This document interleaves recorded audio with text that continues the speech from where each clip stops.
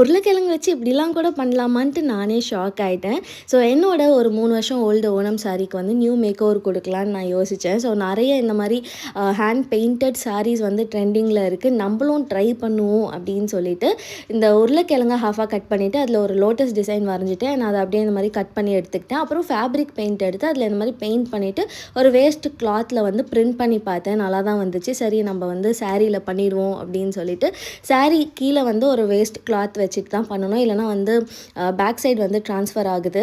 So நான் first கொஞ்சம் பார்த்து பார்த்து பண்ணேன். அதுக்கப்புறம் வந்து புரிஞ்சு போச்சு எப்படி பண்ணணும்னு சொல்லிட்டு ஸோ கடகடன்னு பண்ணிவிட்டேன். ஒரு 15 மினிட்ஸ்லேயே வந்து சாரீ பார்டர் ஃபுல்லாகவே வந்து லோட்டஸ் பிரிண்ட் பண்ணிட்டேன். பட் ரொம்ப பிளெயினாக இருந்த மாதிரி இருந்து ஸோ திரும்பி லீஃப் மாதிரி கட் பண்ணிவிட்டு லீஃபும் வந்து நடுவில் வந்து பிரிண்ட் பண்ணிட்டேன்.